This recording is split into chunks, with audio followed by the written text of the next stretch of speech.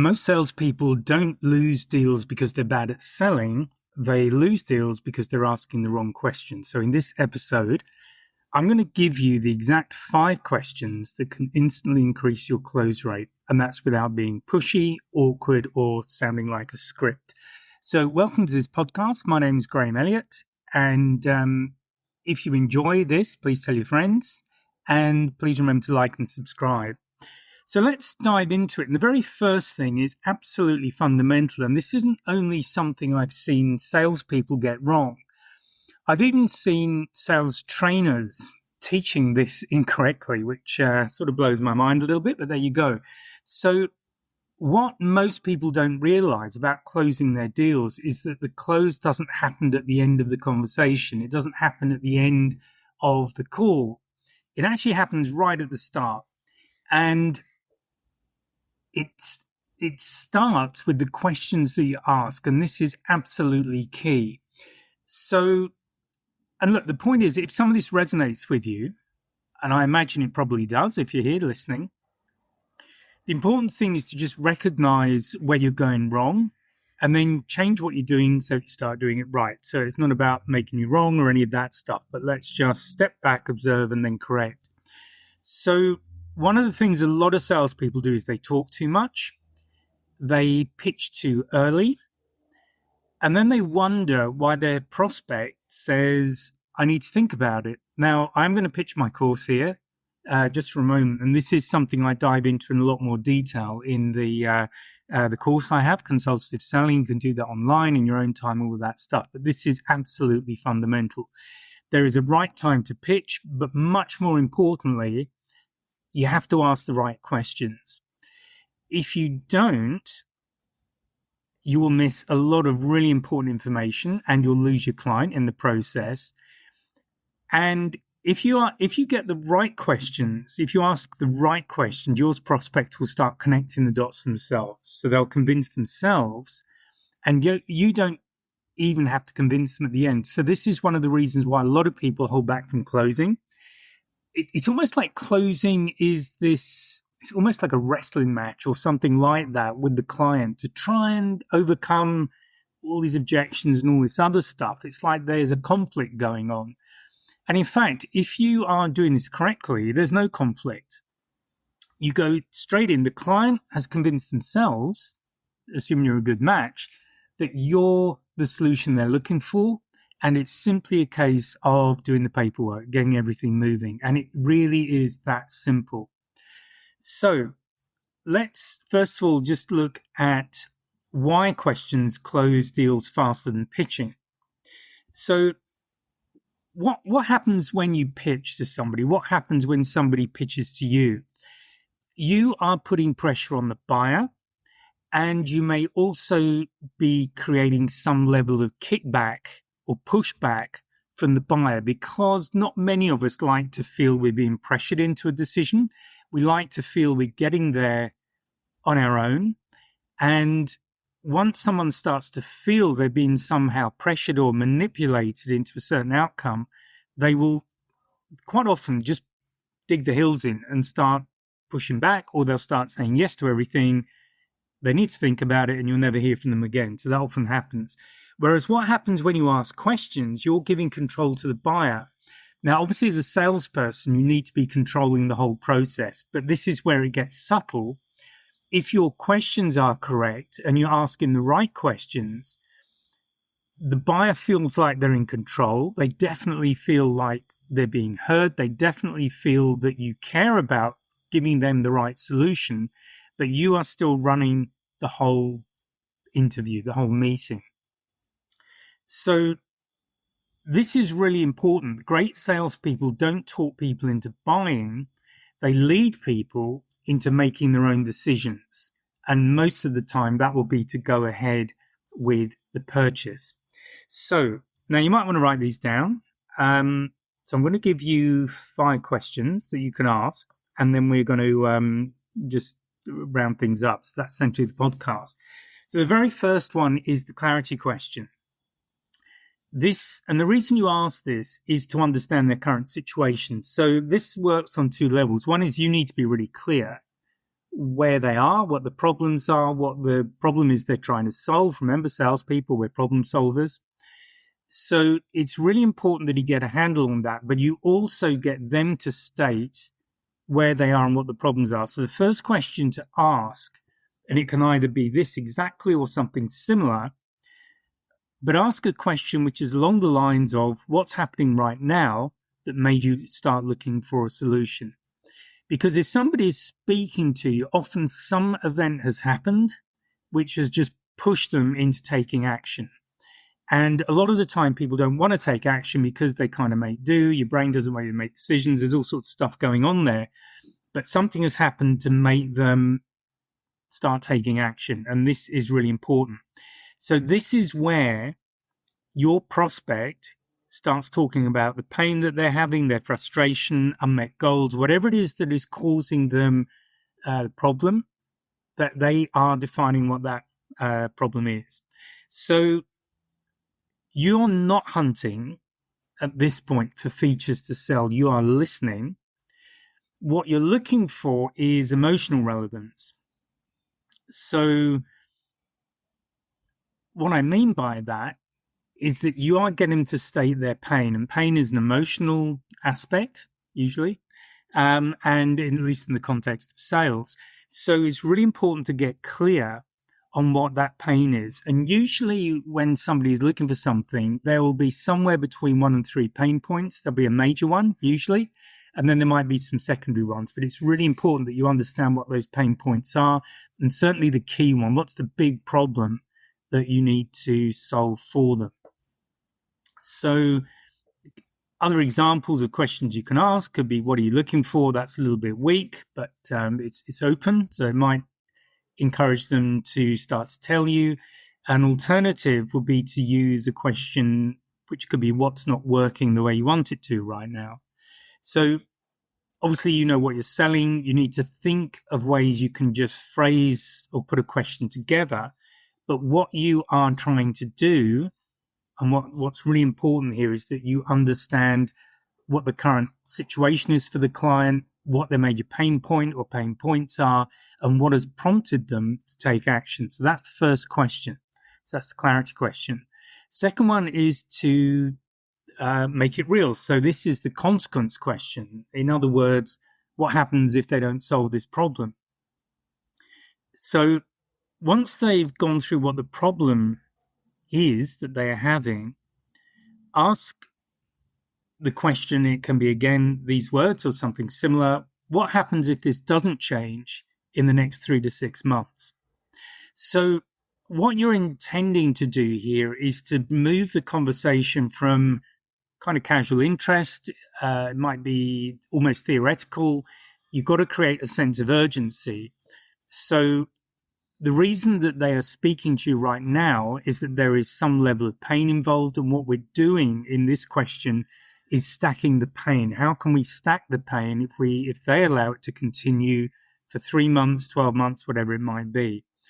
And this is really important because people tend to move away from pain. So when you're making a decision on something, you're more likely to take action if there's some pain involved than the alternative is pleasure.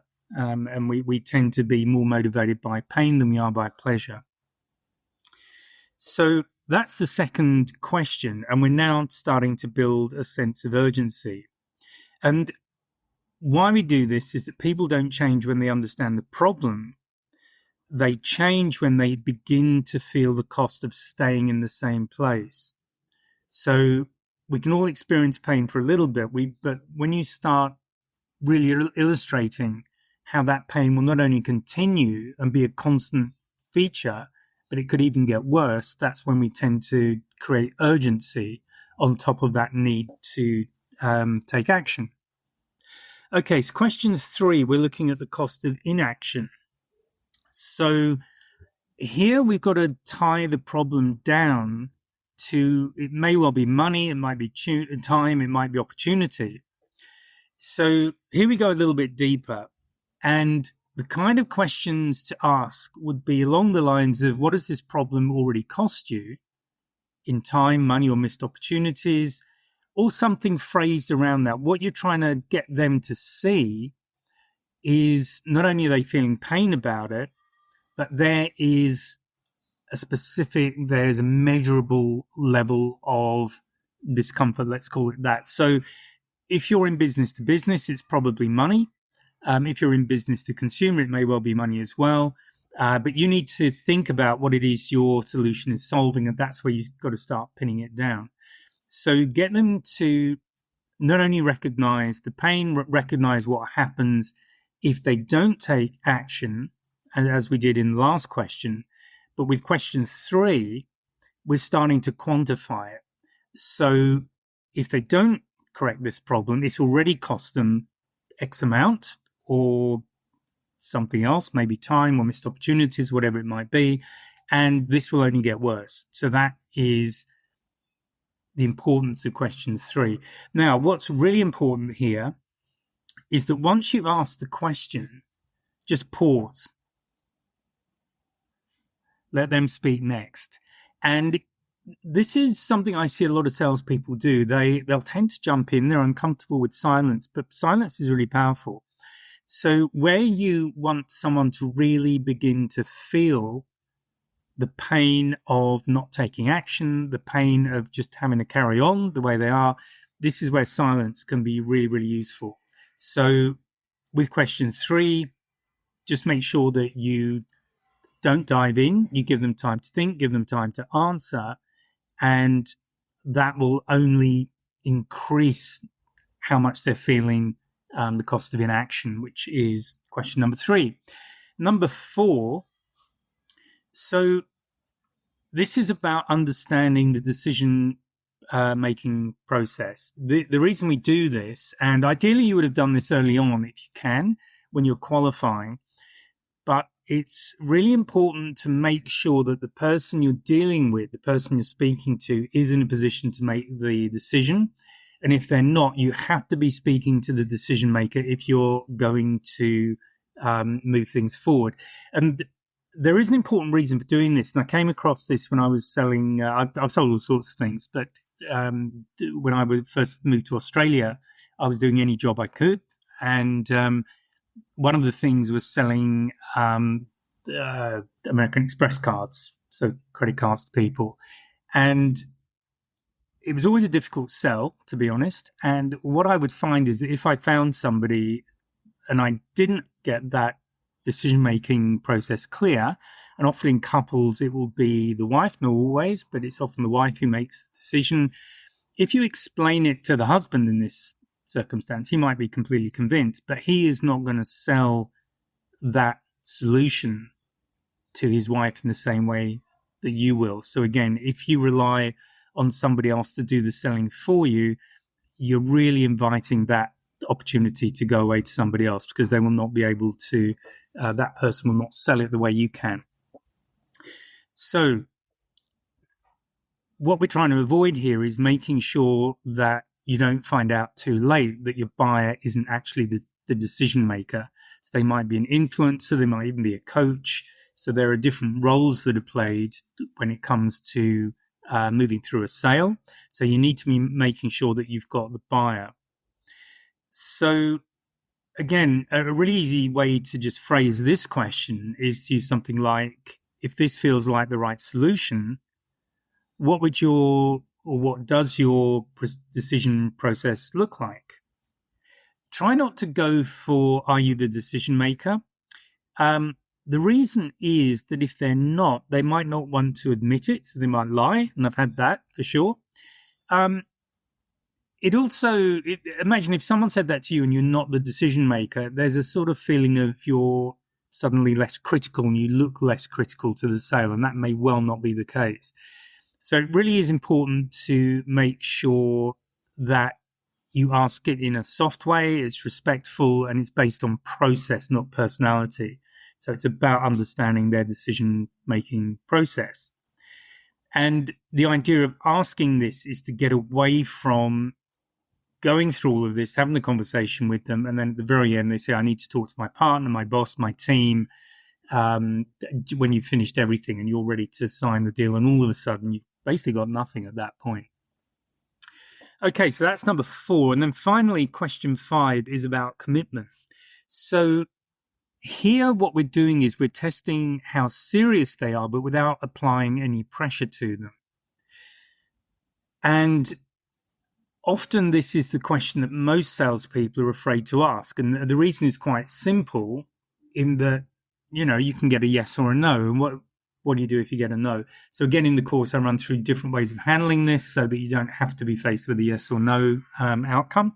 But I'm not going into that here. But the important thing, if you're looking for a commitment question, is to use something along these lines. So that would be, if we can solve this the way we've discussed, is there any reason you wouldn't move forward? So this is not exactly a close, but it's requesting clarity. And psychologically, they are taking ownership of the decision. So if we can solve this the way we discussed it, is there any reason you wouldn't move forward? So what you're inviting them to do is to give you their objections, if there are any objections. But again, if you've got your questioning correct, the chances are there'll be little or no questions coming back. And if they are, they're probably about clarification, which is what this is about. And it gives you an opportunity to just close things down. Certainly, if there's nothing stopping them, then it can be, well, shall we start the paperwork or something like that. Now, so that's giving you a framework. There's a basic framework there to help you if you're struggling to close sales, those 5 questions. So just to quickly recap them, the first question was about clarity. It was about understanding their current situation, but getting them to state exactly what the pain point and main pain points are. Secondly, the consequence questions. So this is about what happens if they don't do anything what happens in 3 months, 6 months from now. So this is about making the problem real and getting them to really start feeling the pain that they're feeling. Question 3 is the cost of inaction. So here we're stacking the pain. We're going deeper into the real issue, which might be money or time or something else. So this will depend on what it is you're selling. But what you're doing here is making it real. You're stacking on the pain, and all of this moves them towards taking action. Question 4 is clarifying the decision-making process. And that, as I've explained, is to make sure that you are really talking to the right person. So it is good in your qualification process if you can get some sort of a handle on this. But definitely if you haven't, this is where you need to do it. And then if they're not the decision maker or somebody else needs to be involved, that's where you need to get them involved before you go for the commitment. Now, you can do a soft commitment if there is somebody else involved. And you can use the question that I've asked, I've given you already. If we can solve this the way we've discussed, is there any reason you wouldn't move forward? You can use that as a test. So it may be that you still need to talk to somebody else to get the final sign off, but it does give you a little bit of a heads up on which additional, or if there are any additional objections that might mess things up for you, basically. Okay, so they're the questions. Now, I've given you some example questions and you may have written them down, and that's fine. So what you don't want to do, though, is sound like a robot. You can actually, so you need to be careful how you do this. When I first started in sales, I actually wrote down a whole list of questions, and I would keep them in my notepad. So I used to use a notepad back then. And I would just say, look, I've got some questions here. Do you mind if I use them basically as an agenda for the meeting, just to make sure that I get all of the information I need and I get really clear on what it is that we need to deliver for you, what the solution we need to provide. So you can phrase that any way you like, but if you do feel that you need the prompts, then have them there. The key thing is not so much to memorize the words, but to be clear on the intent of the questions. So what else do you need to remember? So the first thing, and I mentioned this right at the start, it's to listen more than you speak. A lot of salespeople spend far too much time talking, and a lot of them do it because they're uncomfortable. They're feeling vulnerable, and they feel that while they're talking, they can control the meeting, which is great, because if you're feeling vulnerable, there's nothing better than feeling like you're in control, because that's where safety lies. But of course, what you're doing is you're really turning off your client, and you don't want to be doing that. So this is the power of questions. You let the client speak a lot more than you do, make sure they feel heard, and then you can really start to move things forward. Pause longer than might feel comfortable to you, because there is power in silence, and let the questions do their work. So the key thing here is people don't like to be sold to. Not many of us enjoy that process. It can create all sorts of pushback, all sorts of other problems. What we do like to do is to feel empowered so that we can make a decision. And that's what we do as salespeople. We are empowering people to make a decision, but we're guiding them so that the decision they make is with us, which is obviously what we want. So that's it for this podcast. I hope you've enjoyed it. I hope you found it useful. If you have, as I said, please share. Please let people know about the podcast. Please like and subscribe if you feel that I've earned it for you. And please join me on the next one. So I will speak to you then. Bye for now.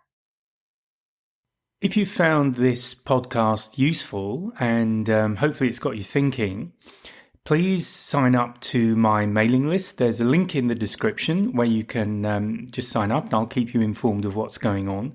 There's also a link to a free 1-hour webinar.